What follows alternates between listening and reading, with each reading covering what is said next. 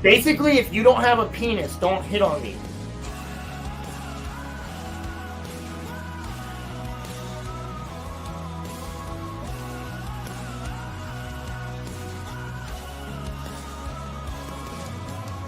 My problem is that you're a real asshole. People tell me that a lot. I would say that it's one of my strong points.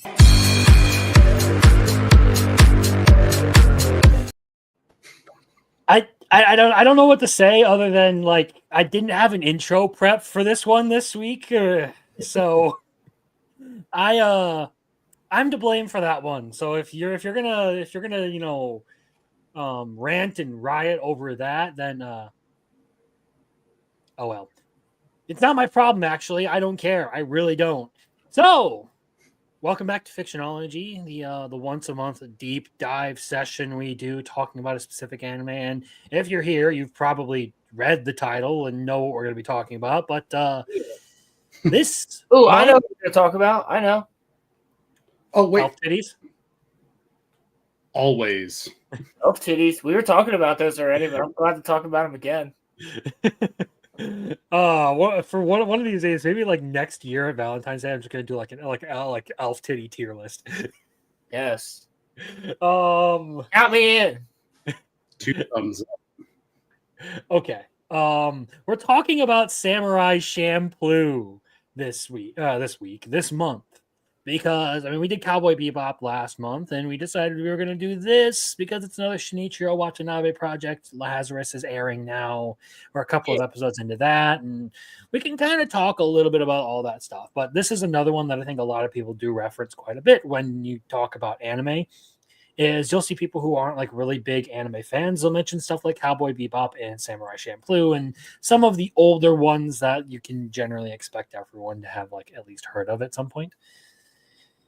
So here we are, and I guess the basic premise of this is that you have two, I don't know if you want to call them deranged swordsmen, traveling with this chick who is out to find a samurai who smells of sunflowers. And they don't really give you much information other than that. Like, you'll learn more as you go along the show, but for the most part, it's literally just him wants to be with her, but they're both forced into service. Yeah, for the most part, neither of them want to be around her up until like closer to the end. But she keeps both of them in check. Yeah, that sounds about right. So for me, this is also like a very first time I've watched this show. So it was an interesting experience. And I will say, like, I don't know how much I actually like truly liked it. The animation was good. And I did like the characters and stuff overall. But I wasn't digging the hip hop stuff. Like, genuinely, I wasn't a fan of the hip hop element of it. I felt like that part I could have done without. Everything else, though, I did genuinely enjoy. I liked that it was much more like episodic in nature. Everything was just kind of like most things were just kind of like a one-off, and occasionally you would get something new in there. But I liked it. I don't think I would say I liked it as much as Cowboy Bebop, though. No, definitely not. Agreed. It's good, but it's not that good. Yeah, and for me, I liked the hip hop actually, but I didn't like some of the other modern incorporations that he made at certain times in the story. So, like, I would have specific issues rather than just the overall music and the style, because he's trying to shake it up a little bit with the more historical setting and trying to bring about a different light on it. So I did appreciate that. I like the music. It actually is one of the few reasons why I actually like hip hop is, from Samurai Champloo. So I thought that those were strong points for me, but I definitely agree, especially revisiting the franchise after so many years for me. I watched a lot of it, not all of it, but a lot of it, a lot closer when it released in the West back around 2005, 2006, something like that. And coming back to it, I had some rose tinted glasses, but not much. It still is pretty strong to me personally, but it's I had to drop it, a little bit on my anime list just from a personal preference on some troubled issues that I had, here and there with some episodes. But outside of that, I thought it was really good. Yeah, there are some weaker episodes in there. For sure. But I don't know, some of the anachronisms with it just felt really weird. Like I remember there was one episode where they find the counterfeit money in the lake, and Mugen go to the brothel like right away. It's like the first thing they both think of, and they do the whole rock paper scissors over the one hot chick in the room. And hey, she was best girl, man. I like that episode. All right. Yeah. So it was interesting, but there was one point in there where Mugen does the whole thing in the room where he like stretches his arms out, he's going, no. I'm like, this is before this fucking American Civil War. Planes don't exist. The concept of planes, it wasn't like a huge critique. Like, it was mostly meant for humor and stuff. But like that one thing there, I was like, okay, like I don't know how I feel about that, because it just sticks out as one like really weird thing to include, and it just doesn't fit in here. But then again, neither do like counterfeit priests with fucking rocket launchers or the baseball episode personally, because this was supposed to be like mid 1600s. America wasn't a thing mid 1600s, so that didn't make any sense from it. Like it was not. Like I had to look at it a little bit closer. Is it 1600s? Because given that they were talking about because of the rebellion that happens, that's directly part of the storyline. Like, and her father, and her family being associated with it.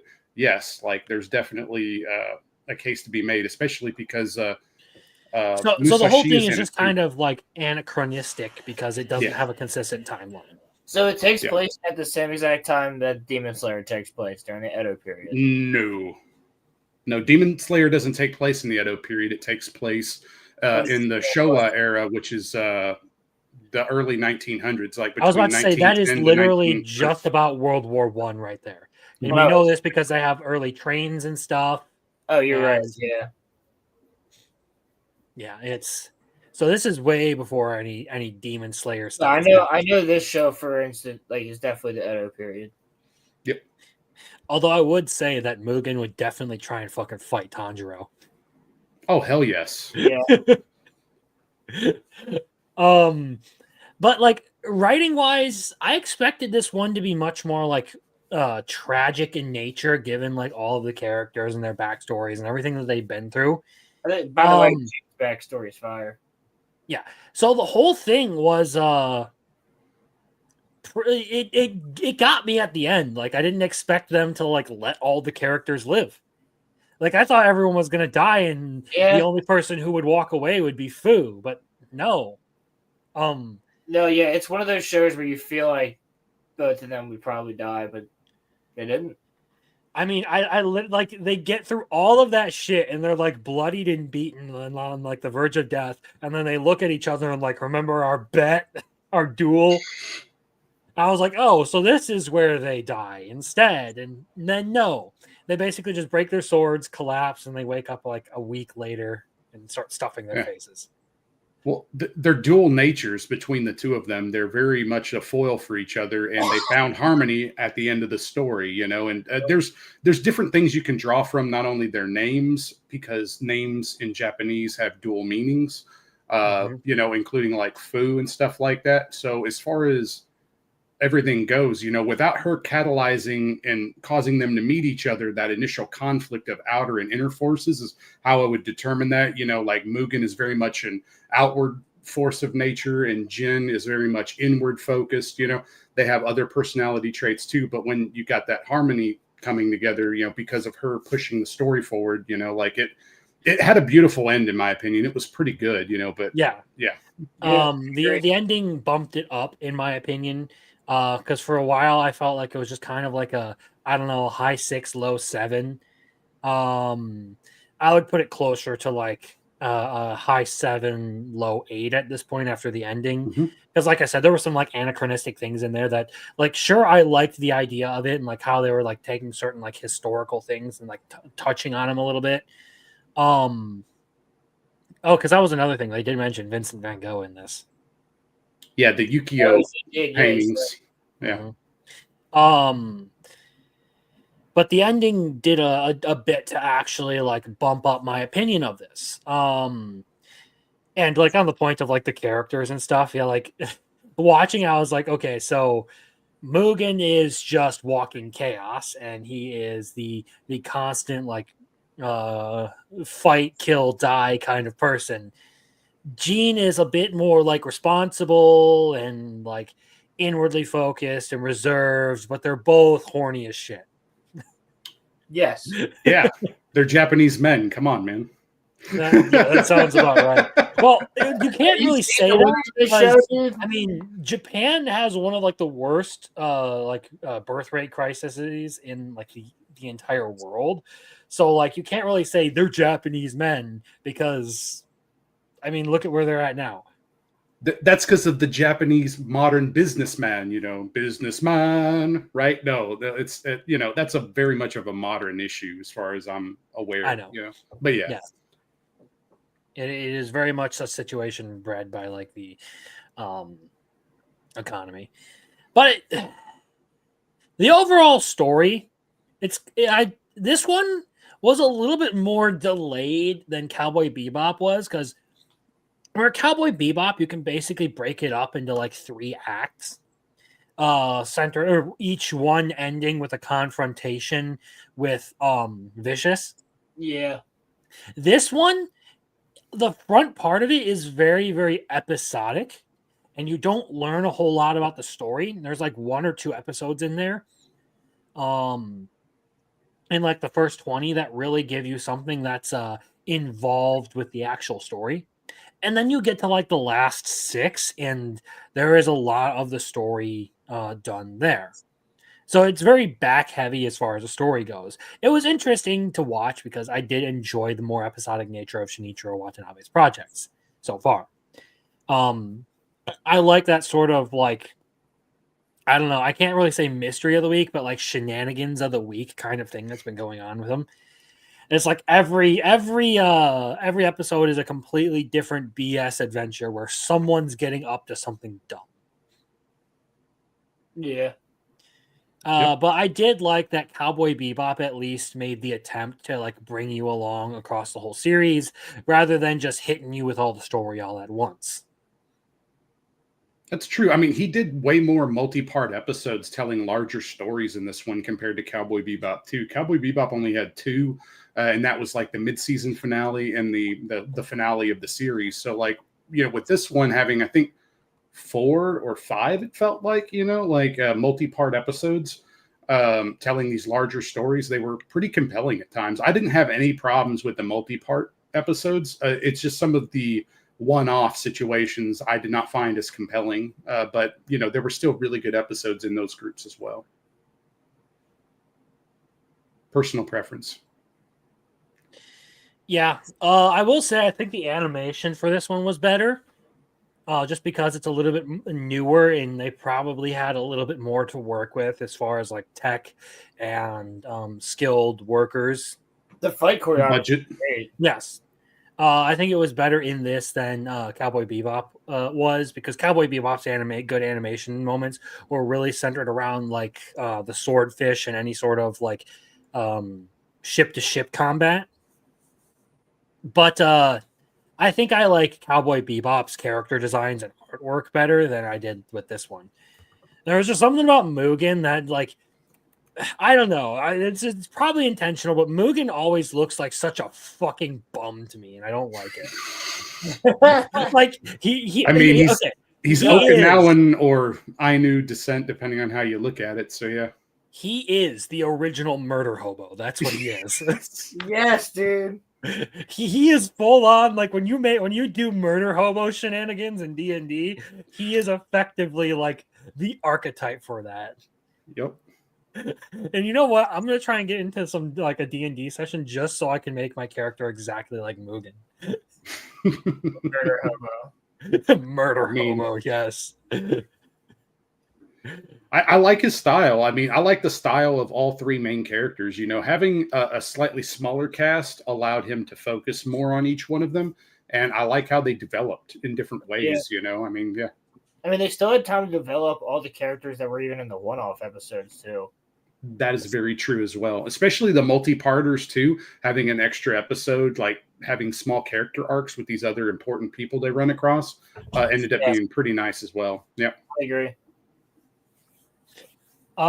Yeah, in insofar as like the actual character writing goes, though, it's still pretty like up to snuff with like what Cowboy Bebop did. Like you still have a lot of like unsaid things that kind of happen with the characters, and like where you're reading between the lines trying to figure out what's going on with them, how they feel and all that. And like it was pretty obvious Fu trying to find this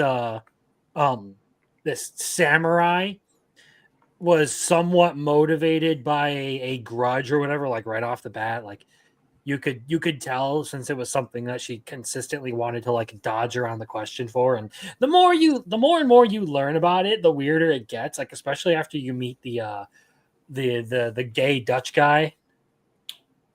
yep. Yeah.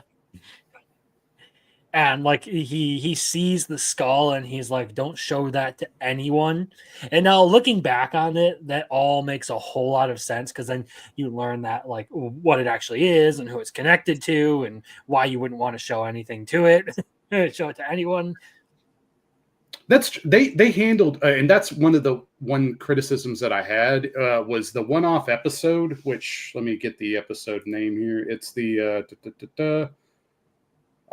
Unholy Union, episode 19. So like throughout the story, it has those elements going back and forth where it has those hidden clues about Christianity and everything over in Japan. But like the tone of episode 19 felt so out of whack at times compared to the actual source material. Because if you look at that, there was a movie that was made around that same topic that was called Silence or whatever. It was a Scorsese film back in like 2016, really good actors in it and stuff. But the thing is that I felt that like comparing the two, you know, this was trying to do humorous stuff, but I felt that if they just would have kept it serious like they did at other times in the story, it would have just helped it like land so much more home. The whole stepping on Jesus's face and stuff like that was, I kind of got upset at it a little bit compared to the way it was handled elsewhere. But yeah, I'm with you. Well, I mean, just in that, like, it was an interesting thing because, like, I grew up in a pretty religious home, so like I'm familiar with a lot of like the ins and outs of Christianity and all that. And there are some things in there where like they're talking about how like these Christians led this whole like rebellion, is I think what they were kind of talking about there. Yep.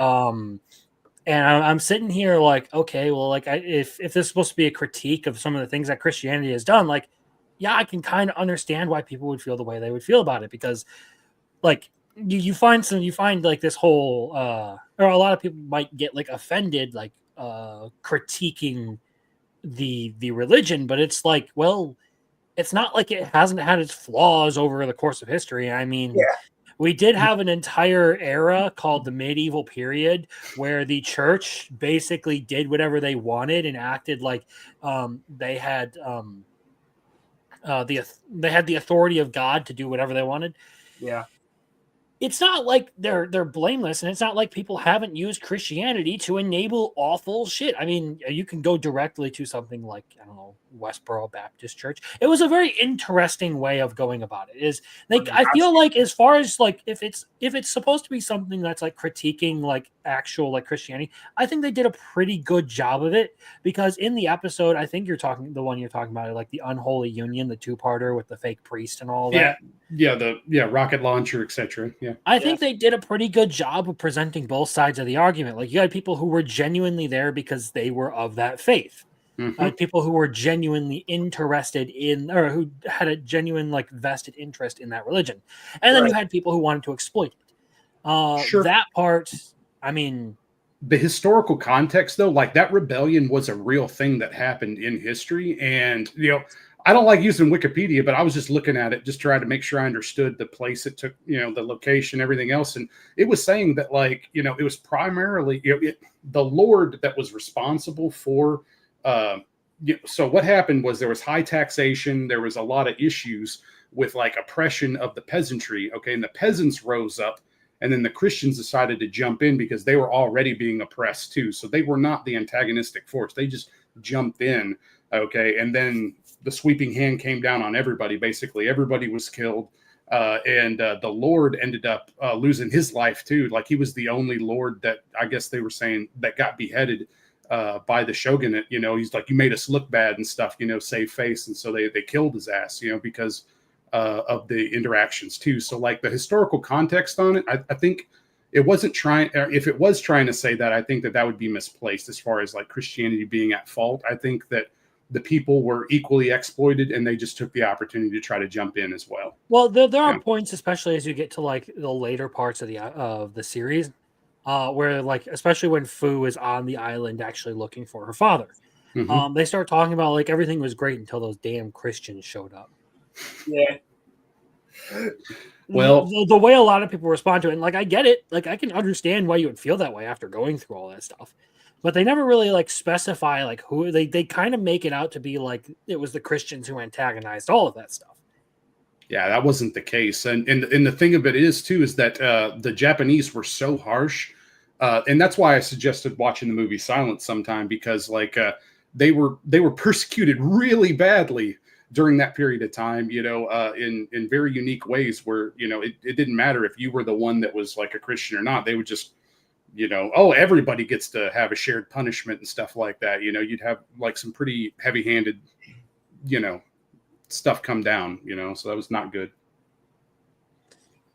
But yeah. Anyway, sorry. I was saying before we started the stream that like I'm hoping we get like a Shinichiro Watanabe sort of like horror story episode in Lazarus, because every time he's done one of those like weird sort of like psychological horror episodes in his shows, I've enjoyed them. So like with Cowboy Bebop, when they did the psychic creature in the the psychic psycho that do with like the telekinetic powers. Oh, okay. Yeah. There's also the alien one. That one was interesting as well. Yeah. I liked both of those. Those are some of my like favorite episodes out of Cowboy Bebop. This I really enjoyed, and now it's also a mushroom episode, so we're 2 for 2 with Shinichiro using some like similar themes. There was weed in this series too, as well. So yeah, I liked that episode. That was pretty funny. But of course you would, yeah. Rolando, you did 3 if you count the one with Mr. Piero or whatever. Yeah. It's Piero Defoe. I forget exactly what the name of the episode was. It's been a little while since I've watched it. But yeah, with this show, we got the whole like the mushroom thing with the zombie miners. Yeah, that whole thing. And then if I'm trying to remember, like they basically just end that episode and never address it again, right? Correct. Yeah, correct. They basically kind of like make it its own continuity at some point, where like I don't know, a meteor hits and like kills everyone at the very end, and then they just jump to the next episode. Yeah, like it has absolutely no bearing whatsoever on what happened. Yeah, they were just tripping.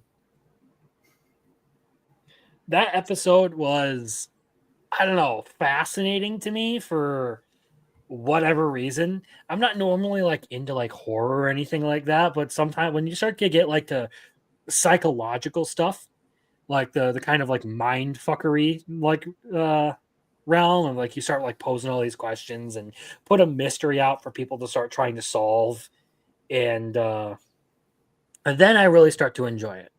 That's why like that episode in particular was interesting to me, because it's like, okay, what the heck is going on here? Like, how are you going to tie this all in? Like, obviously they're tripping on mushrooms this whole time. Like, you could tell that this was going to be like a hallucinogen trip the moment they started talking about mushrooms. Oh, yeah. And then the 2 guys start eating all of the mushrooms Well, Fu is like, we can sell them. What are you doing? You had to have known it was coming. It was telegraphed. It was Yeah. like you could see that coming from a mile away. I mean, if you didn't watch Cowboy Bebop, then maybe it would be more of a surprise for you, you know. But yeah, I agree with you on that. Yeah. But even then, like I expected it to end up being something like a little bit more like Cowboy Bebop's Mushroom Samba. But no, we got a full on like psychological episode where they have these like undead ninja from like 500 years ago digging up a treasure that doesn't exist. And then everyone gets wiped out by a meteor at the end. Yeah, no, it's bad luck because if it air bursts, you're dead, you know. But no, that actually made impact. So it was funny. It was, yeah. I was. Well, I digging mean, if some it of the, makes impact, there's still a lot of energy there too. yeah, that's true. Yeah, like anyway, yeah, I had some fun dissecting a little bit the narrator, which was actually a person in this series, which was kind of cool. I liked the narrator at times. You know, I thought that was a interesting addition to the storytelling. Made it for pretty good. Yeah. I like that they gave him his own episode, like episode 10 or something like that, or like he was like they had the whole thing where they were busting the like the human trafficking ring, and he's going around doing all this stuff. At the very end, you just have this dude like in nothing but a loincloth carrying Fu around. It's so dumb. There's so much stuff in here that's just utterly like goofy. Like, like if you were talking about like a show like going into Samurai Champloo, especially the way it starts, you would expect it to be much more serious, and then it just starts lollygagging. It just starts it starts goofing off. Yeah, and you get it's a little bit more than what Bebop does, because Bebop does that too, but this does it a little bit more, I would say. Bebop is a little bit more on the serious side. Like it's actually like a bit of a more serious story. This one leans more heavily into the comedy and the fun of it. And just sort of like aims to make some like make some more comedic moments. I think it's more consistent too, I would say, but in the storytelling, I would say it's more consistent personally, but yeah. Yeah, probably because you do get little bits of it. Well, also because like the entire quest is laid out before you in the first episode. Yeah. Well, the thing is, this one actually had a focused end goal. Cowboy Bebop didn't. Cowboy Bebop was literally predicated on them just wandering around and finding trouble. Samurai Champloo had an end goal from the start. Like you knew what was going to happen. They were going to a place to find a person. And that is how the series is effectively going to end, or something close to that. So they were able to focus a little bit more on the story because they had an idea of what they could do to begin with, and they were just sort of finding trouble along the way. Cowboy Bebop is basically, we're just gonna, mosey on over here and do this job, then mosey on over here and do this job, and we're gonna get lost up here in the woods. And so yeah, with this one, I do appreciate that it was a little bit more of a linear story. Like it actually had a proper progression from beginning to end, and across that, you do get to see the characters developed more consistently because you're not hit with a like random bursts of story. Like I said with Cowboy Bebop, you can break it into 3 acts.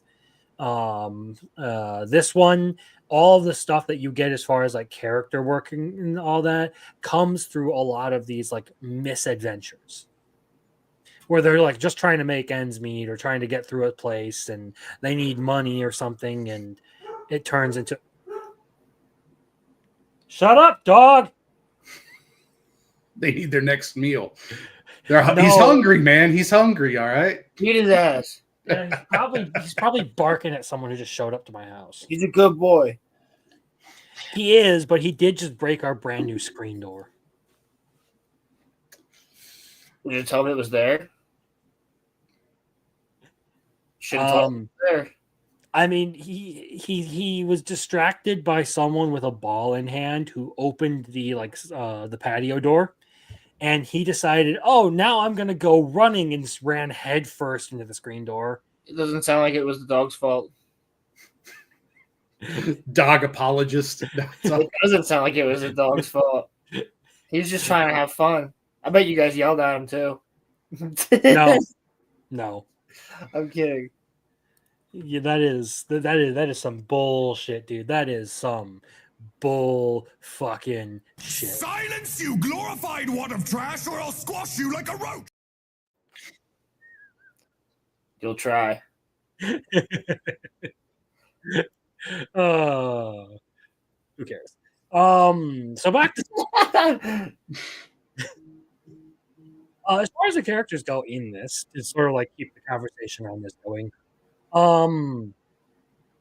I enjoyed them. I think I still liked Bebop's characters more. I just felt like they were more appealing. Over, but these ones were entertaining. Like it was funny to see like some of the like comparison and contrast between Mugen and Jean. Like where like Mugen is like he is scum just on the surface, but he isn't like he isn't terrible all the way through at times. Like he does have some principle. He actually does like demonstrate some level of care for Fu and the others. But at other times, like well, most of the time, he's just an asshole. Dude, that diary episode was fantastic. Okay, Yeah, the recap episode, like the stuff that comes out of his mouth, the audience is thinking it, and it's great because those one-liners hit every time. In my opinion, it's really good. And by contrast, you have Jean, who is still kind of an asshole in his own right, but a little bit more of an honorable asshole because, like, you get to see his like motives and stuff, and like you can understand why these guys are both the way they are. Like, they basically grew up on their own and only ever knew fighting. Yeah, that is one thing that they're both very, very similar in. Is they both only ever knew fighting, and not just fighting, but fighting to kill. For Mugen, it was basically just because that's what he had to do to survive. For Jean, it was, well, this was the environment I was raised in. This is the whole thing I focused myself on because it's all I had. Yeah, the honorable art of a samurai. Yeah. But in the end, I mean, for as different as they are outwardly, they're a whole lot more similar on the inside than you would expect because of things like that. It's interesting. Like I said, there's a lot of like reading between the lines that you can do with a lot with these characters between Mugen and Jean that makes them a whole lot more interesting if you were like just stop and like think about them for a bit. Like the surface level of this show is good. Pardon me, I should have muted myself. The surface level is good, but like you start peeling back the layers a little bit and they become much, much more interesting at that point. Yeah. Agreed. You have to put yourself in a Japanese mindset and look at how they, because again, it has Western themes and, and you can read, like synopsises online and they're trying to put it in that direction. But in my opinion, it's still very Japanese, especially from the historical context. And then with the characterization of how people act and everything, like it's, very deep in that regard and very Japanese. Like you have to think about it from that perspective, in order to get the most out of the story, in my opinion. Yeah, I can understand that. I'm trying to remember the gay assassin. I just like that sentence. Funny. Yeah. Like just the gay assassin was trying to get at him.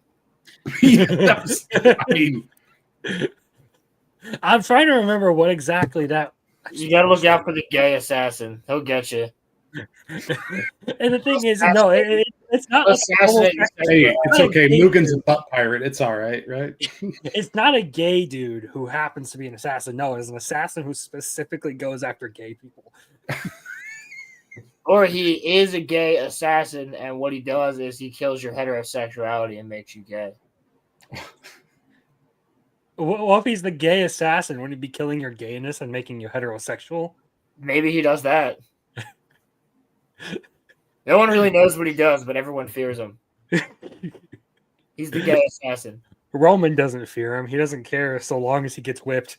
He might be Roman. Who knows? I think that was the Lethal Lunacy episode. I think that was episode 10, I thought. Yeah, because he actually trained to fight him, right? The gay assassin, he trained to fight him.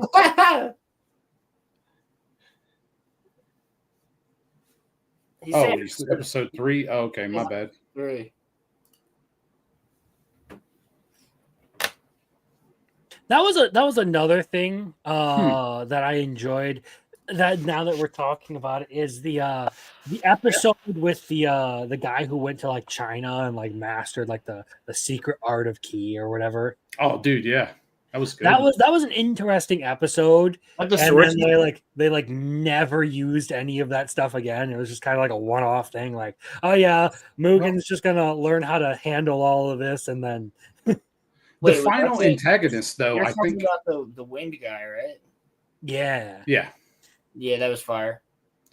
I was going to say, like, the final antagonist almost had skill that would imply like he had access to ki almost, like, I mean, with some of the way the attacks were animated and the way it showed up. I mean, it seemed like he definitely had like a spiritual, supernatural power to him, in my impression anyway. Yeah, but there's not much like supernatural or otherworldly shit in this show, and that's kind of one of the reasons I like it. That's true. I mean, you drew comparisons to the Native American in Cowboy Bebop, and the fact that he was able to incorporate similar elements with the Ainu in this one, and had I forget his name, but that's right, his name is really close to Mukudo? Don, huh? Are you talking about Mukudo?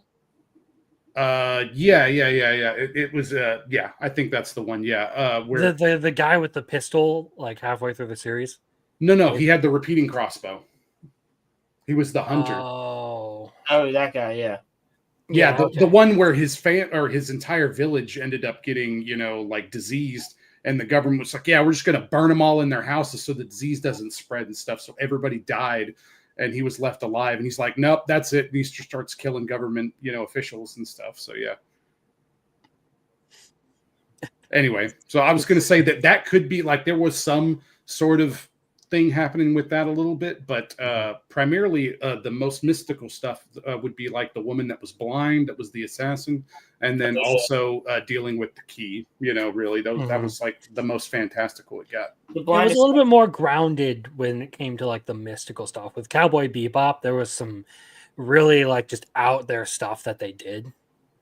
With this, it felt like it was a little bit more based in that like Eastern mysticism sort of thing that you would expect out of the time period. So yeah, yep, definitely agree. Someone was going to say something, and I think I interrupted. Oh, I just said the blind assassin was cool when he yes. Mm-hmm. I liked your episodes. Yeah, and everyone like slicing through stone and shit. Yep. Yeah. Even in that last episode too, with it's like a kurosama or whatever, the slinging, like hook weapon or whatever against Mugen. That final confrontation on that end, like that was pretty wild. I mean, how fantastical it got as far as the damage it was dealing to the building and everything else. So that was pretty wild too. Yeah, that's true. I mean, I've seen some sharp knives do some real damage, but I don't think anything is going to be sharp enough to cut through a 6x6 beam. Yeah, correct. Okay. I've done basic construction, not even on your level, and I know that. Okay, like Yeah. Depends on your Zanpakuto, I guess. For as much as I shit talked him in the Discord chat, I mean, Shad had a really good point about like when things cut like that, like. You have to have a way to get the material out of the way of the blade in order to actually cut. And that's why saws are designed the way they are. And they're not just one long, sharp edge. Yeah. They have teeth so that they can remove the material. Yeah, that's a thing that happens. But I like when... right, Rolando. Yeah. I like when they started doing like the whole backstory thing. Like, we should tell each other about ourselves, like close to the end.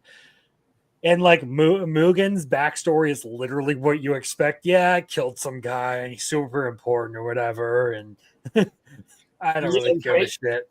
Yep. It's like so like I don't give a fuck out of him. And I was like, yep, that sounds about like it'd be in character. Yeah, they showed me the daimyo symbol and I was like, get out of here, bro. Yeah. Benny. man. Yeah. What I mean, again, it's like the action and choreography. Like, it isn't super over the top or anything. It isn't like really like ridiculously. There was a term that got thrown around for a little bit out there on the internet. Over animated. Oh, I don't know about all that. It isn't over animated, but the choreography and the animation for this show were still really well done. Like, you could tell, like, they were putting effort into actually like choreographing and doing these fights and making them look good. And that's the part I appreciate more about animation than just like all of the crazy flashing lights and stuff, is when they just put some effort into making them look like exciting fights. And with this one, they did a pretty good job of that. Like, it was entertaining. And while I do feel like, I don't know, maybe it just might be some sort of bias or whatever, but I felt like this one was a little bit more ridiculous with the amount of damage characters would take and just kind of like recover from the next episode. Yeah, that's true. A gunshot wound, freaking, puncture to the ribs, doesn't matter, the lung probably because he's coughing up blood. Yeah, there was some crazy shit Like, going on. You have to suspend that level of disbelief. Yeah. This type of show, but well, they're almost before all the fake trauma surgeons start telling me that no, actually they could survive it. I'm looking at you, everyone who responded to my criticism of Blue Eye Samurai.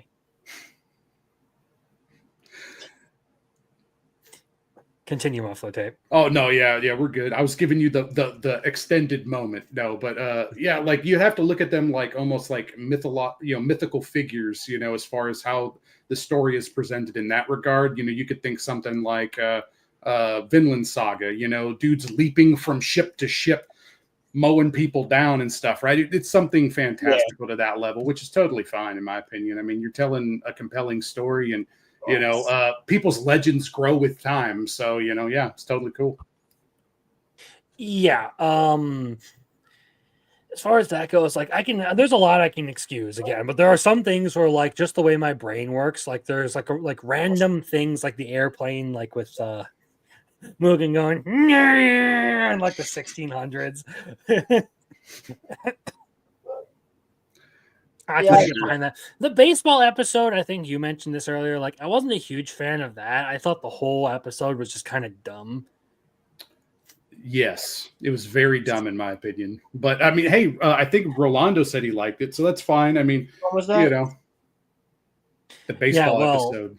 Oh yeah, yeah. Like I was not a huge fan. It seemed way out of place, even for the humor. Yeah.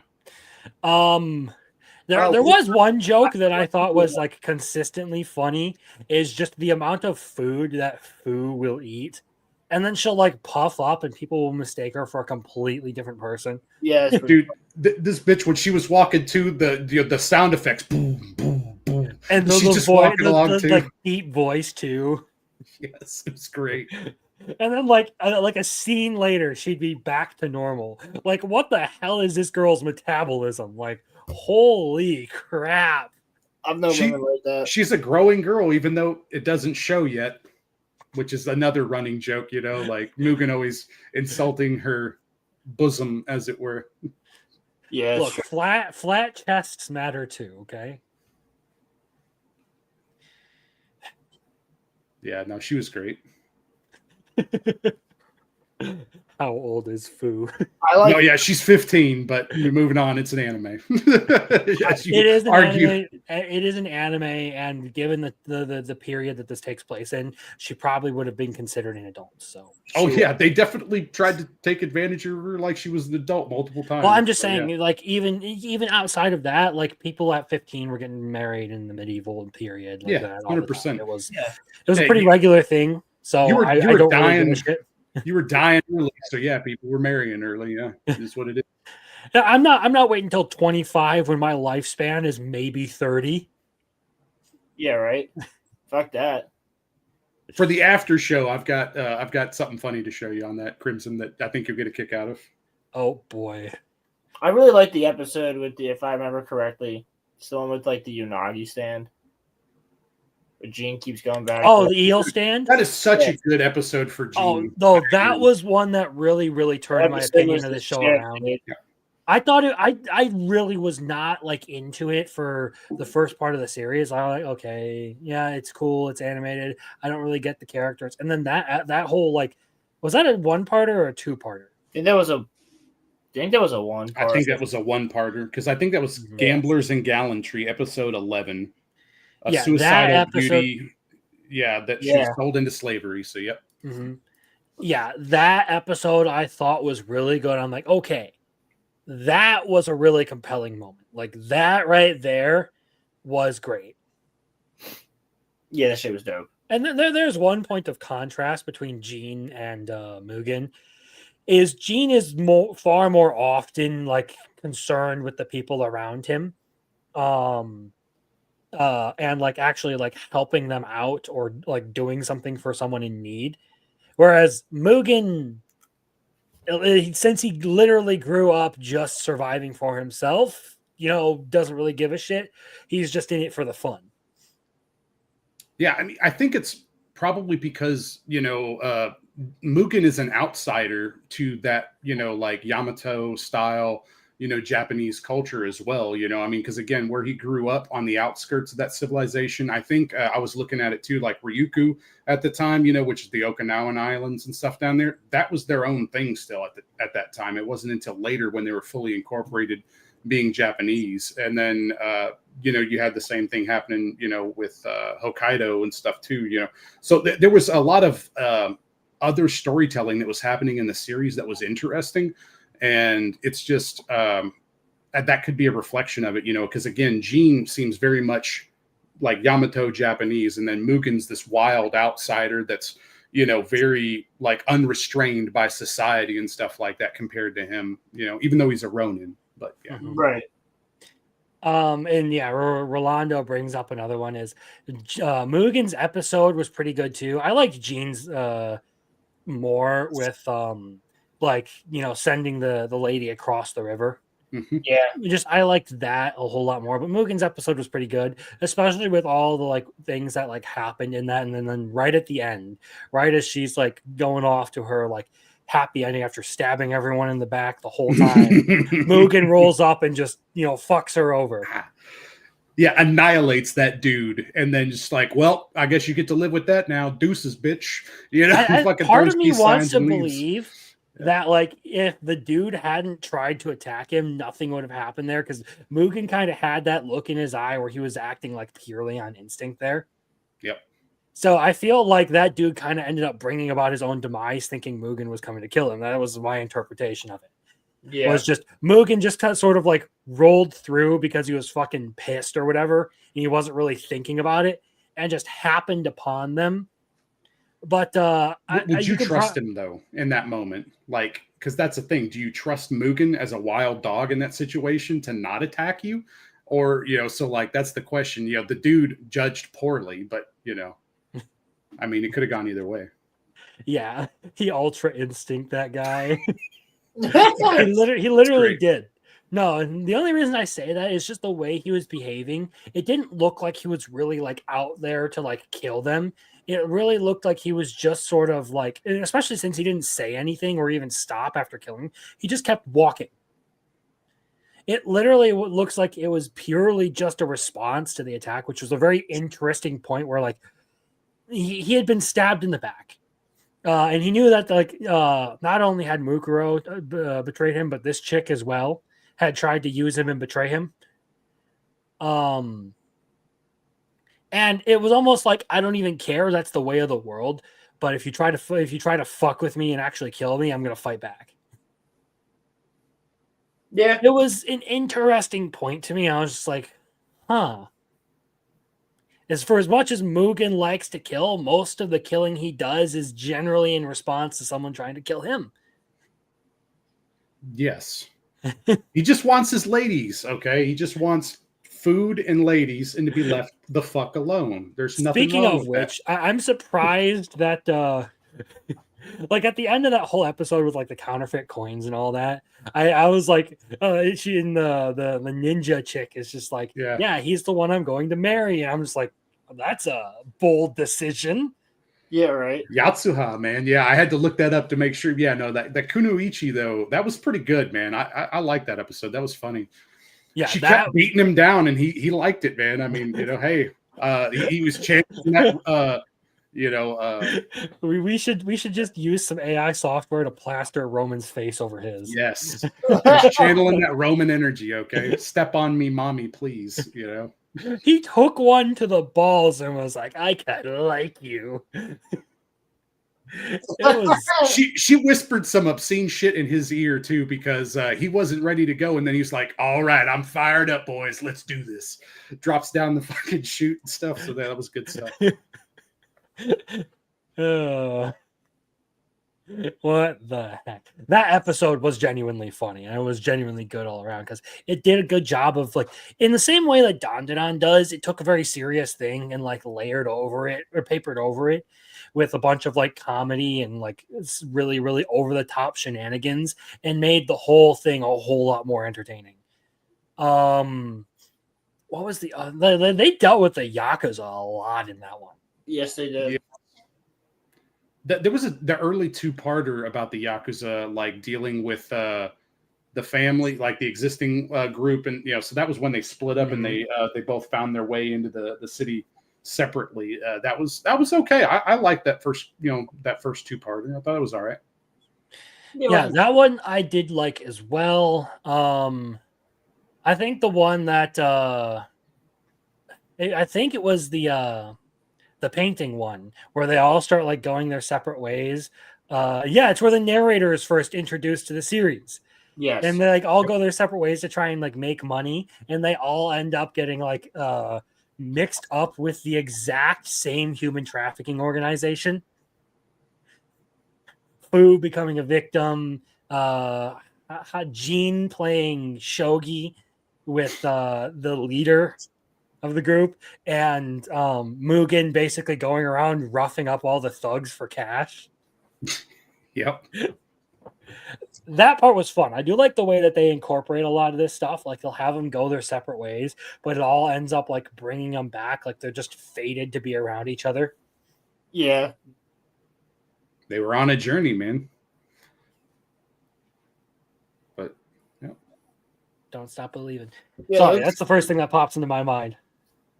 Don't stop believing from Journey. That Get the fuck out of here. for real, man. That's some dad joke shit, bud. No, that was good. Get the fuck out of here. Just thinking about it makes me go feral. I love the dub for Shangri-La Frontier. There's so much great stuff in there. Just thinking about it makes me. Oh, dude, I could totally dub that over with so many different things.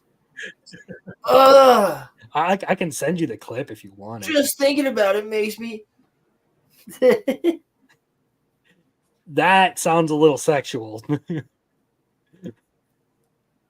Where's the gay assassin when you need him, man? I don't know. That's what I'm saying. You need the gay assassin. I can't get you a gay assassin, but I can get Crimson Wall Shot if I need to. Oh my god. Close enough. Yes. Oh, dude. The only people who found that funny are people who know me. Somebody make that was so surprising. Like, slightly off topic. I saw like some of your more popular recent videos, and that one was just like dead. Like nobody watched it, but like the other ones were good. So I was like, I don't get that, but humor is not universal. So I don't know. I've been all over the place. Like I put out 2 videos that get like 3,000 views and like good reception. Then I'll put out another 2 that get like 30 views, and I'm like, okay, well, I guess I'm washed now. Yeah, I mean, I think also that like not as many people know who Matt Walsh is as we think they do. Well, the thing is, I didn't even mention people, that. sure. I didn't even mention Matt Walsh. I just did like the stereotypical like conservative commentator that you would think. Oh yeah, that's true. correct.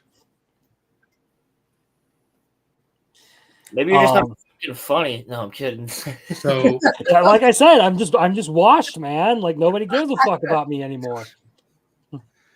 So I guess keeping the conversation going a little bit here. So like, Well, some people talked about. So this was directly from the wiki, and so I'm just curious about what your guys' interpretation of this is. But it says here, the series focuses on tolerance and acceptance of minorities, contrasted against its setting, with a central theme being portrayal and acceptance of death.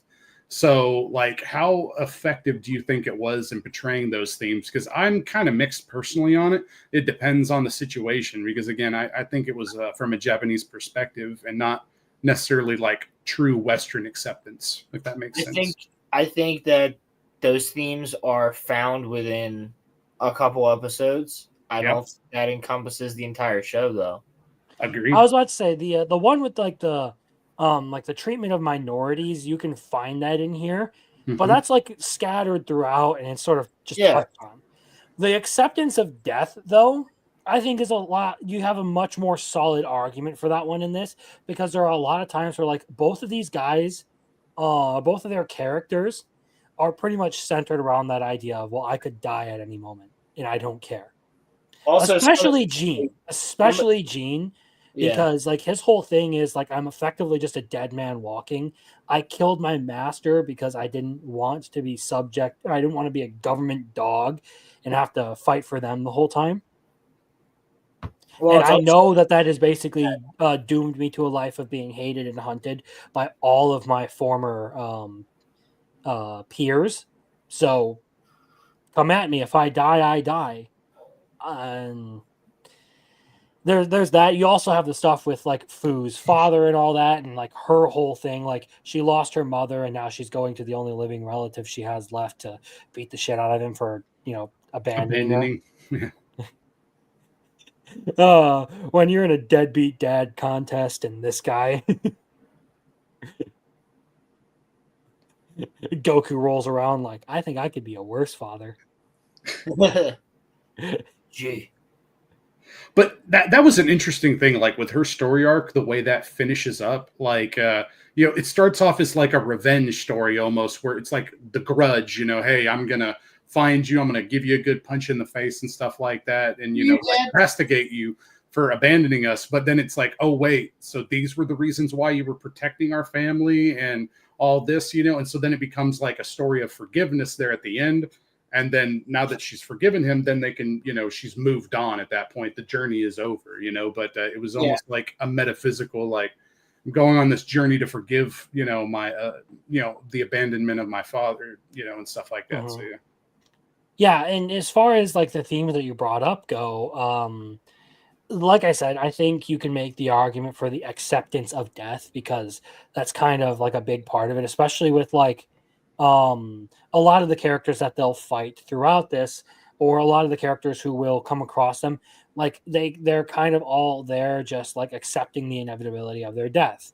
I mean, Sarah, the blind assassin, that was rough.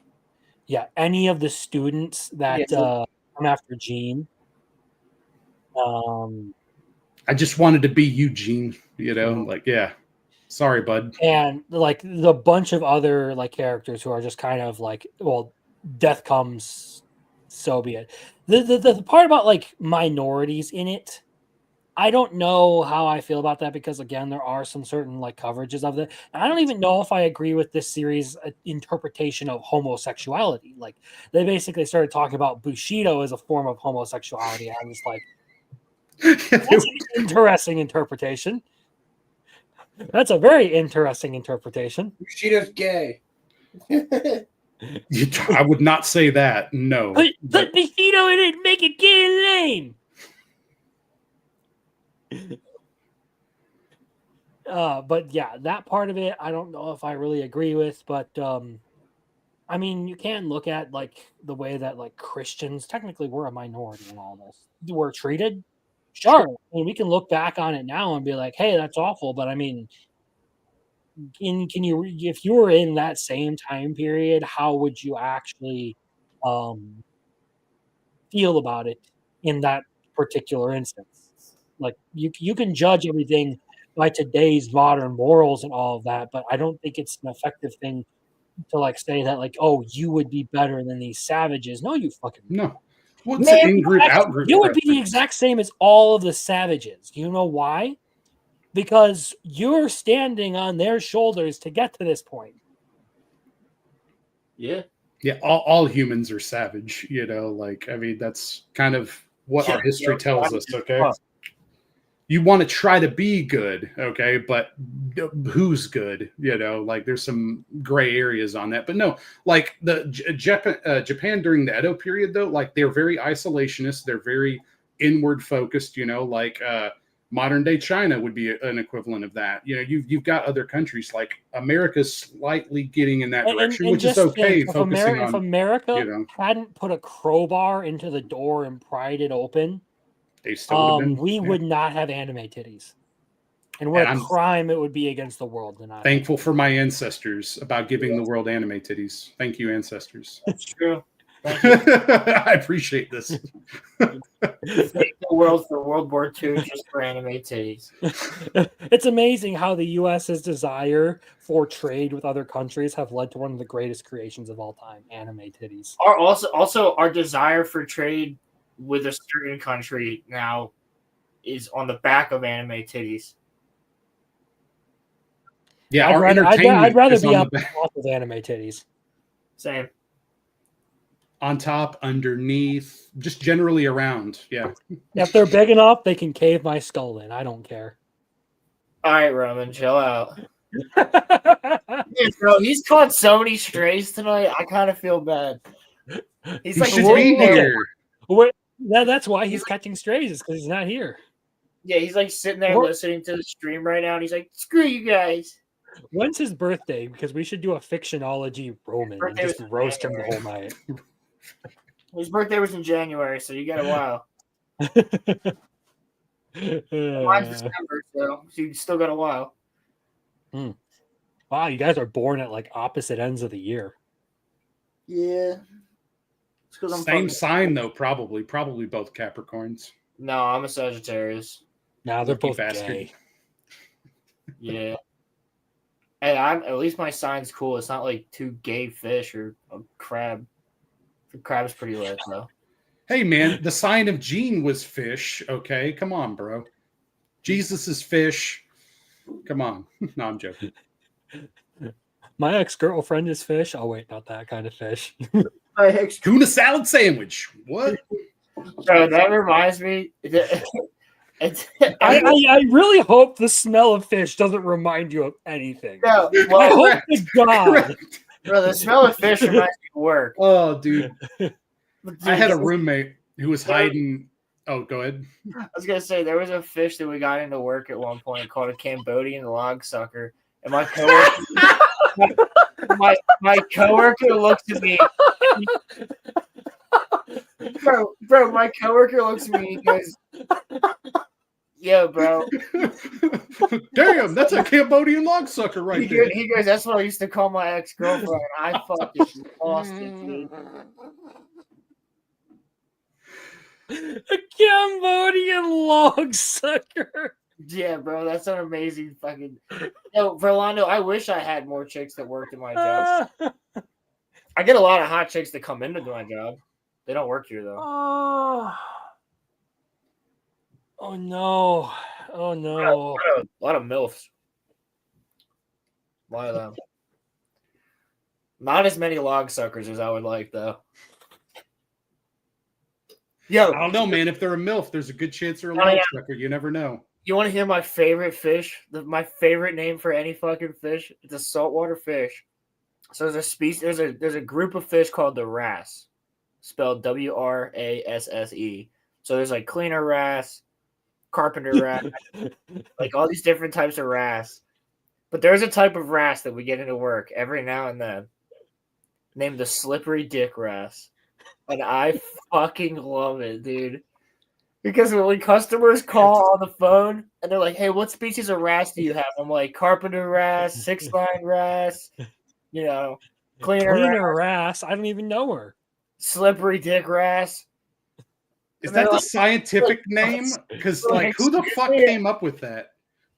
They're like, "Excuse me," and I was like, "No, slippery dick wrasse. Like, it's legitimately a real animal. The slippery dick wrasse, bro. It's amazing. They're best friends with the Cambodian log sucker. Yeah. No, first you get a Cambodian log sucker, then you get a slippery dick rat. Dick rat. Get a slippery dick grass after you get a Cambodian log sucker. Or maybe at the same time. I don't know. That's a move in bed. Touche. Bro, there's some funny ass names of animals out there. I know. The question is though, is a slippery dick wrasse an animal? Yeah, it's a real fish. I know. I'm throwing another stray at Roman. Oh my god, yeah. Well, I guess it might not be a real animal because it's a fish. Fucking retard. I was gonna call it Mugen's nickname for his member. Yeah, get over here, slippery dick wrasse. Looking down at himself. Not even that cool. There's a hot chick holding one though.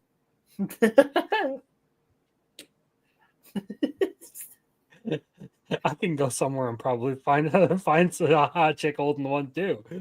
All right, it's kind of a cool fish. It's just called a slippery dick.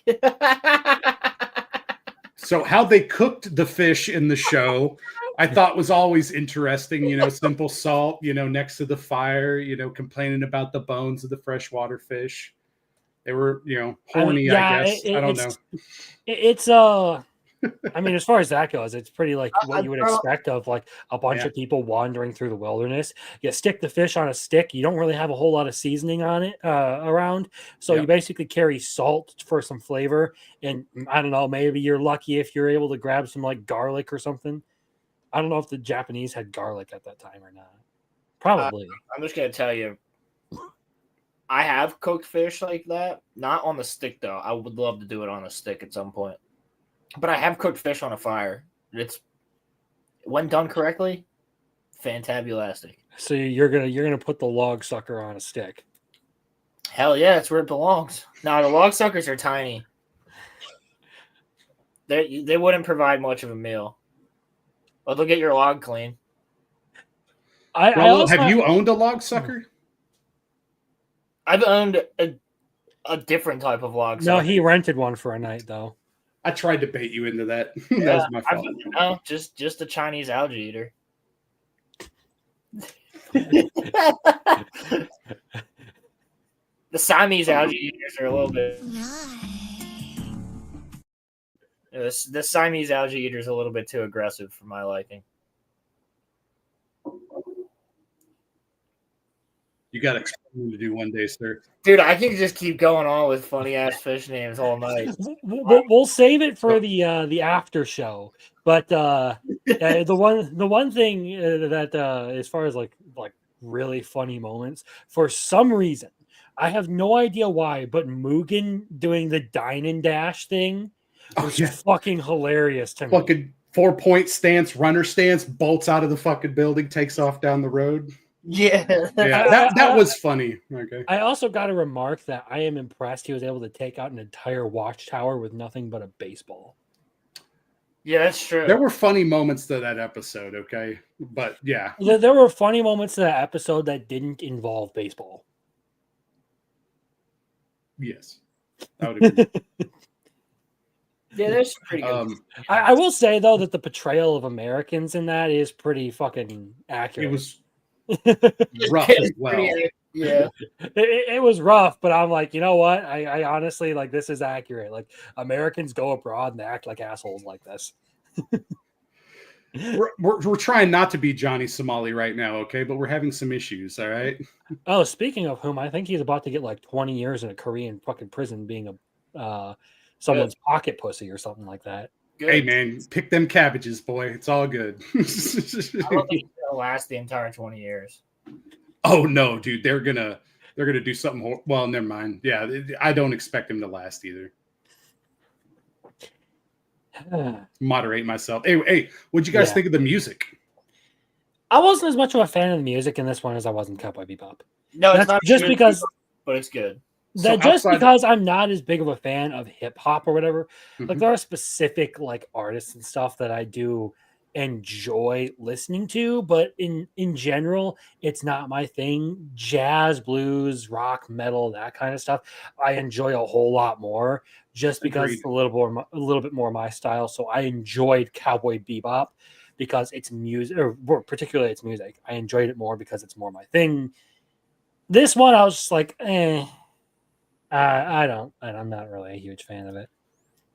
I would largely agree with you on that. Like there were certain tracks I felt were really well done. You know, like some of the music, especially in the dub, it seemed very weird because they almost dubbed over the raps and stuff like that, and some different things that felt really awkward. Like even some of the classical Japanese Beiwa music and stuff like that. You know, like Oh, the you know, classical Japanese stuff they did in this was actually pretty good. Oh, it's yeah, fantastic. Yeah. but like I was watching the dub, so I'm gonna have to go back and watch sub in order to understand what the fuck they were saying and stuff too, because they're just, Crunchyroll didn't think to include subtitles on that. You know, they're fantastic, bestest service ever, right? You know, but yeah, like I enjoyed the music. You know, on the They classical delay stuff, an yeah. anime not once now, but twice, so that they can get censored versions of it. Yeah, Yep. and they wonder why people fucking pirate. Wait, what anime is this? It's an ecchi anime called Please Put Them On Takamine-san, and it is literally a show about this chick who can basically Reverse rewind time. time by taking her fucking underwear off. Sick. Eternal Virgin Road. Mm-hmm. Yeah, wait, she can't fuck then, can she?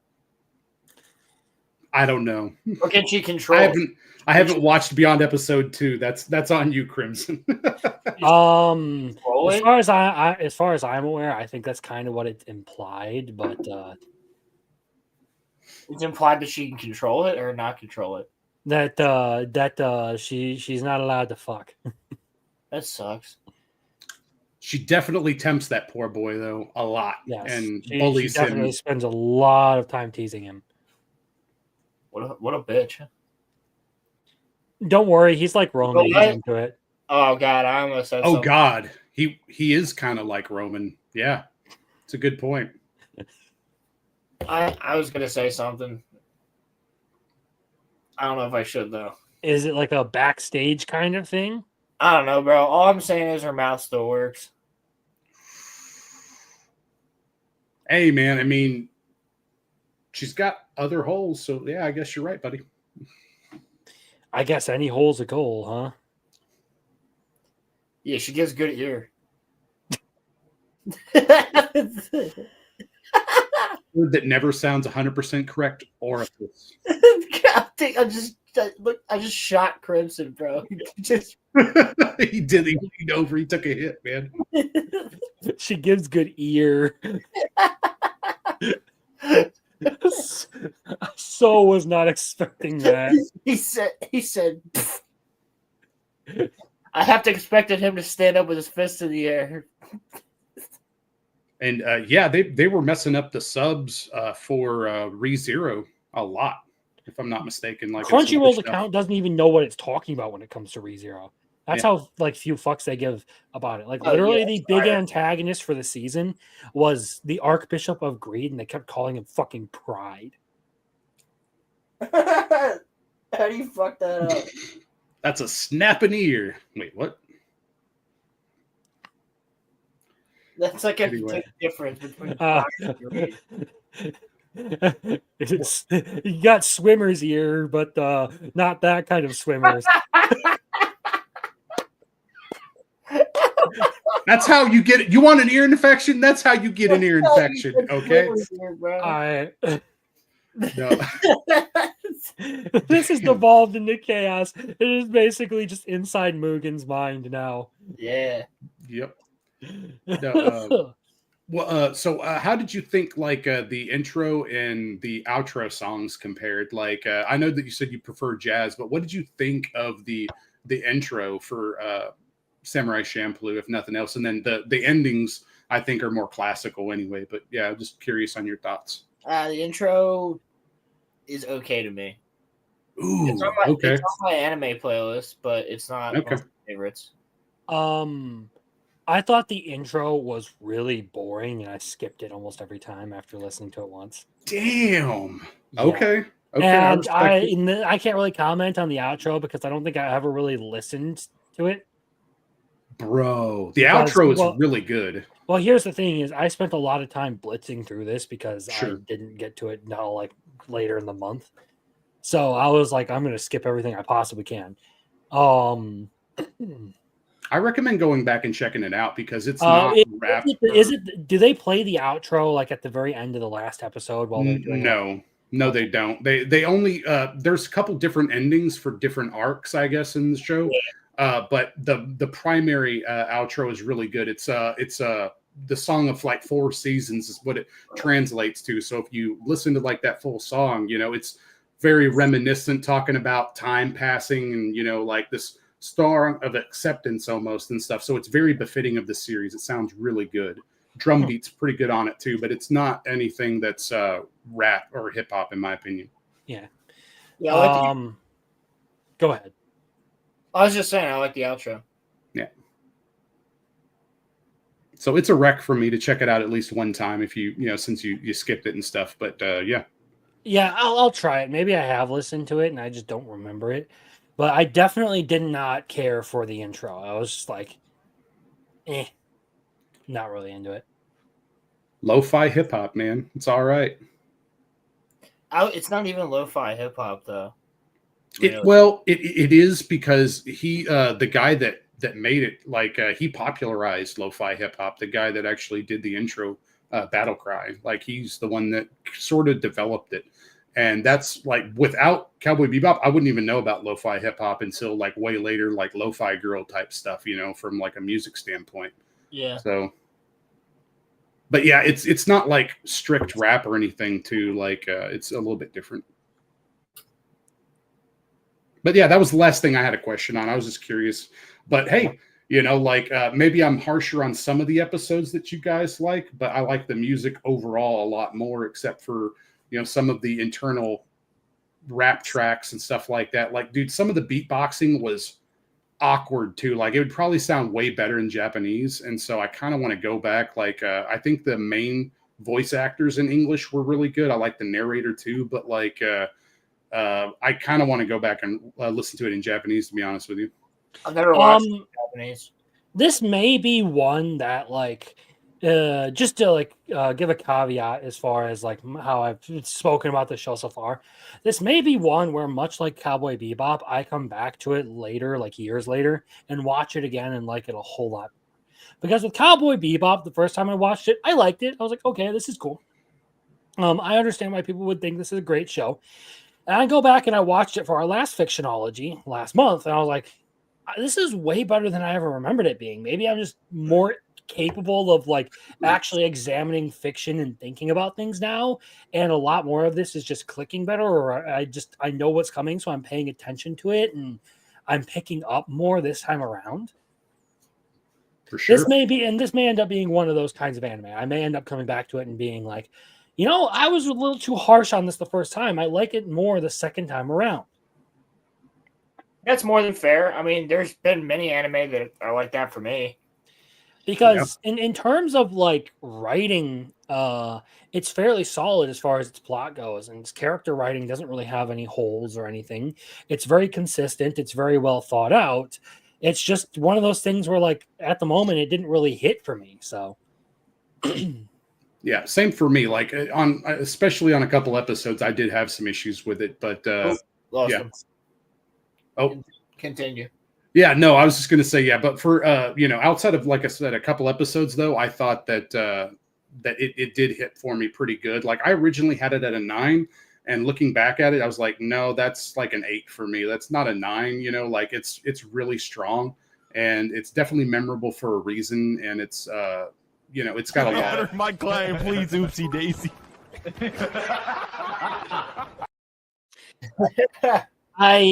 So my mouse has a couple of extra buttons on it, and one of them is a back button. The gay assassin got him. Yep. Confirmed. Gay assassin. But But no, so the last thing too, or I don't know, like, did you have anything on that, Roland? Wait, on just like the way you were feeling about the show altogether, like Yeah. Because I think the last thing Crimson was talking about was us switching to maybe talking about Lazarus a little bit too. So I didn't know. Listen. It's no Attack on Titan. It's no Naruto. It's no Bleach. It's no Cowboy Bebop even, but it's a good show. I enjoyed it. When you compare it to Cowboy Bebop, you can't really do that. It's not fair. I don't think. I was about to say Cowboy Yeah. Bebop is like a once in a lifetime kind of creation. But here's the thing: because it's a Watanabe project, it's going to get compared the same way Lazarus is being compared to these two right now. But I think that it's, if you were to just watch Samurai Champloo on its own and not have ever seen Bebop, and maybe not even be a big anime person, I think this would be a good one to start with. I think it would be a good anime to get you into it if you were an adult looking for a little bit of a more adult story in anime. Then I think that Samurai Champloo is a good way to go if you want that more traditional, Japanese style, especially of like the era that they're in, being in the Edo period. Like, then you really get that real samurai vibe of it. If you're looking for something a little bit more out there, then that's when you go to like Naruto or Bleach or Attack on Titan or Cowboy Bebop even. But I think that I think it's a good show for anybody to like start with. It's a short show. It's only 25 episodes. 26. Yeah. Samurai Champloo is 26. Yeah, I feel like as far as Watanabe's projects have gone so far, I would probably say in order, the ones I've liked the most have been like Cowboy Bebop at the top, and then Lazarus, and then Samurai Champloo slightly below it. Because thus far, I've enjoyed the more like futuristic stuff that he's done much more than this. Because at least when it comes to the anachronistic stuff with the future stuff, like it's kind of funny and like you can justify it, and like there are like the dude pretending to be a cowboy and the fucking spacefaring humanity's future. What are you talking about? Cowboy Bebop. I thought you meant an actual character pretending to be a cow. No, you're speaking metaphorically. I understand. No, there was a guy like that in Cowboy Bebop, but I was gonna say you threw me off. In Samurai Champloo, you get stuff that just feels a little like really particularly weird, like a dude who's collecting like Japanese artifacts, like in what is effectively like old Japan. Yeah, I know they may have a long history. It just feels really weird to find a guy who's like collecting all these artifacts. Like, and they do have an old history, like a very very old history. Yes. It's just one of those things where like I can find more holes in this thing, and there are just more things that I didn't quite really care for in this than there were in any of the other projects from Watanabe that I've watched so far. Sounds like my ex-girlfriend. Based on what you said, too, like I'm curious because like if you like the more futuristic storytelling, like from what I understand, Samurai Champloo, Cowboy Bebop, and Space Dandy all are supposed to occupy the same universe and a timeline and stuff. So Space Dandy is supposed to be even beyond Cowboy Bebop in time, if I'm not mistaken. Yes. I have not watched that, but I don't know if it does have a reputation, so and it's supposed to be pretty humorous as well. I have not watched. I've heard a lot of good things about Space Dandy. Space Dandy, the episodes that I have seen, it's ridiculous, and it's just a goofy motherfucker who likes sex and guns, and he gets a lot of both. Sounds like the kind of guy I want to be friends with. All right, well, I have not watched it yet, but I'm kind of with you on that point of Lazarus is like okay so far. Wait. Have you watched at least one episode? I've watched 2 of them. I have to watch 3 and 4. I was telling. So you haven't gotten to episode 3 with what is very like clearly, obviously, like in your face, one of the craziest things that I think Like it's not even like foreshadowing there. Like I won't say anything. Just watch episode 3.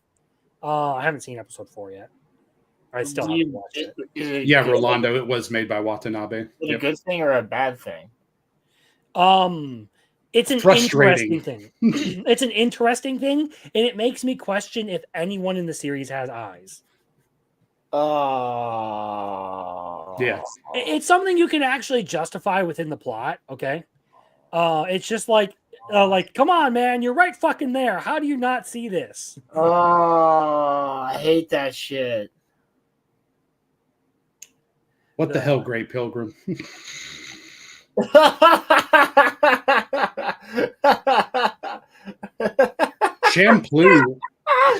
Champloo is a play on words, I guess. It's like referring to like a mixed food dish that you get like in the Ryukyu Islands, like Okinawa and stuff. I knew it had to be food because you know what it reminds me of? It reminds me of chop suey.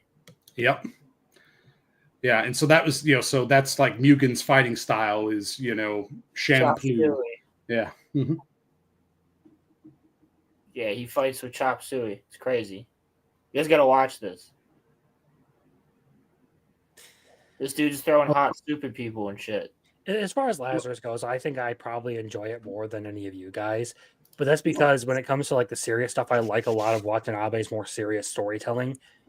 And the way he handles it. So I guess with Lazarus, I'm going to be the one who thinks it's good, and everyone else is going to be like, it's okay. I think it was I'm fine being that guy. I'll be the hype man. I don't give a shit. I haven't watched episode. I'm in the same boat right now with Andor, man, so it's all right. I've been a ReZero fan for I don't know how many years, and I've seen so many people fucking trash talk that series. Well, would you say that episode 4 is better than episode 3 and stuff? Because I haven't watched episode 4 yet, so I'm just curious. I haven't. I haven't either. Okay. All right, fair enough. Like I said, I haven't. I'm still behind on shows from last week, so I respect it. Me too. I had to fill the goddamn deck. Rolando, are you talking about episode 4 has a flying squirrel in it? No, like Foo's pet is Momo. Yeah, instead of a corgi, we have a squirrel. And with what you were saying, Crimson, the other thing, Okaru is the name of the Ainu guy, and Okarun is the name for Okarun, Ken, from... Yeah, so I thought that was interesting. You have Momo and Okaru, from this series, so it's kind of close. I thought Okarun was literally just a shortened version of a cult coon. It is, but, that's... Mm-hmm. Yeah. It's still an odd thing, I would say. I mean, it's not exactly 1-to-1. I mean, Momo is the flying, squirrel, but then, yeah. Well, I mean, with where she's at now, she might as well be a squirrel. Yeah, man. Dude, the last chapter is pretty sketch. It's going to be interesting. I mean, I'm really glad that they brought that whole thing back. What? Don. I'm upset at where my mind went. Where did your mind go, man? Does it have to do with nuts? And a lot of them? Because you're like, she might as well be a squirrel at this point. No. It has nothing to do with nuts. Well, it's Don. All right? Come on. Fair enough. But no, I mean, this development has nothing to do with nuts. Well, I mean, at one point it did, I guess. We're past that saga now, okay? at least for a little bit. Yeah. I don't know, man. Maybe Gigi. I mean, only so much you can trust that boy. I have a feeling that at some point Okarun's going to lose his nuts again. No. Yeah, I could see it happening. No. My boy needs his nuts. He needs to use them at least once. Like Denji finally got to use them. Not in the right way, but... No, I mean, he painted her hand white. So, yeah. Yeah. Moving on. Oh, Shinji. Pretty much, man. Yeah. You still haven't watched it. I don't want to hear. I was talking about that before you got here, saying that I do want to do a fictionology on Evangelion since I haven't watched it. I've not watched the movies, man, except for the final movie that was supposed to fix the ending and make it better. But in my opinion, it doesn't do that really. So I've watched. We could just do it on the anime or something sometime. I'm down for that. It's rough for me personally. It's a tough story, man. I mean, because there's not a lot. Like, there's only so much Misato's tits can get me through something, man. Okay, that's all I'm saying. All right. Like, see, from what I've seen, most people argue over the the other two chicks, the blue hair and the red hair. Everyone for like there's Asuka, Asuka and Reen, I think. Yeah, Ray. Ray. Yeah. Yeah, from what I've seen, everyone argues about Asuka and Ray. Man, dude, they shouldn't be arguing over them, in my opinion, because there's some issues there, primarily with Ray. But you'll watch it and you'll understand that. So, Age. No, I'm guessing this is going to be like an incest is wincest sort of thing. Maybe. Okay. Maybe. Looks like I hit the nail on the head. Well, you know a lot about that, Crimson. So I don't think I have that clip in here. Oh wait, yes I do. Incest is wincest, I guess. Sweet home Alabama. Dude that would pick Ray. I mean, maybe there's a good chance of that. I don't know. Anyway, I think anyone got any other points on like Samurai Champloo, because we've kind of been like going into full like chaos blender mode here. I like the chaos blender. Very well. moving. If that's like the last we have to talk about like Samurai Champloo, I'm gonna call it here, and we can just go backstage and figure out what the next one is. Yeah, sure. Yeah. I don't have anything to add. So yeah, no, I thought it was a good discussion, guys. Very interested in hearing your perspectives on it. Absolutely, Johnny. Right. Yeah, it was fun. I hope to anyone who has tuned in or who will tune in that you enjoyed this discussion. I do these sorts of things once a month on the channel for this series, and I've actually started numbering them now. Can you believe that we've done 7 of these now? That's cool. Yeah, it's pretty nice. They're fun, but all of them except for 1. 2 actually. I don't think you've been a part of 2 of them. Yes. I know the Batman one you weren't a part of, and then I had one where it was just me interviewing an indie comic author. That was different. Yeah. Yeah, that was cool. So as far as that goes, I mean, you're here, you probably know my schedule. I'm going to be putting up a video of me. This is going to be members first sort of content. It's going to be me reacting to the AI English dub of Supercube. And it'll also be my first time watching Supercube. And you'll want to check this one out if for no other reason than the dub itself. Okay? Other than that, I'm hoping to get another video out Friday, and then of course I'll be doing my usual live stream on Saturday, where I'll probably be talking a bunch of shit. I know I don't think Muffler Tape has anything really to shill yet. Nope. As far as Rolo goes, he has the Rolo Romecast. Yeah. Friday night, Rolo Romecast. It's been going really well. Been having a lot. You want to listen to Roland talk about snakes for 9 hours? Go yeah, dude. No, we get into it. I will be talking about Andor episodes again on Friday, and hopefully we don't get into a whole thing where me and Roman argue politics for like 3 hours. No, hopefully we do. The chat loves it. We have a lot of fun over there. I had fun every Friday night. So yeah, come check us out. You can actually go and subscribe to the Rolo Romecast channel now, because we're going to be switching everything over to that channel come May. So everybody subscribe to the Rolo Romecast channel. The link is in the RG Energy channel. And there is one other thing I do have to say, to shell is Sunday I do gaming streams. Those become members only after I'm done. So Oblivion Part 2 coming this Sunday. It's really funny. You got to watch him play that game. Dude, Oblivion is spectacular. You got to watch me rage at how many times I throw my boots out of my inventory. I need to get like an animator to like just make a cartoon out of that. Like, why can't I put the boots on my feet? And just me throwing them at the ground. Yep. Why can't I put the boots on my feet? It's so good, dude. Anyway. I hope everyone enjoyed this conversation, and I appreciate everyone who showed up and joined in and tuned in.